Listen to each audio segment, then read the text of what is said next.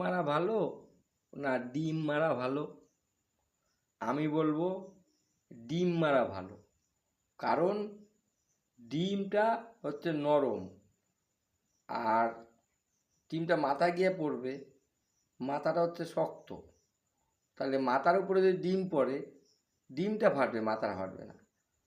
আর ইট মারাটা খারাপ, ইটটা হচ্ছে শক্ত, সে তুলনায় মাথাটা হচ্ছে নরম।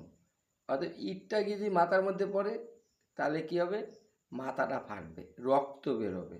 রক্ত বেরোলে কী হবে, এই তৃণমূল নেতারা গিয়ে অ্যাটেম্প টু মার্ডার কেস ঠুকবে। অর্থাৎ সেই সুযোগটা তৃণমূল নেতারা পাচ্ছে না।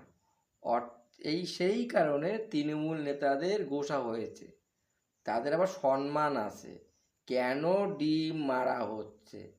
আরে এই তৃণমূল চোর নেতারা যখন কি ওই যে চুরি করে ফাঁক করে দিয়েছো, হ্যাঁ, তখন তোমাকে সম্মানটা কোথায় ছিল?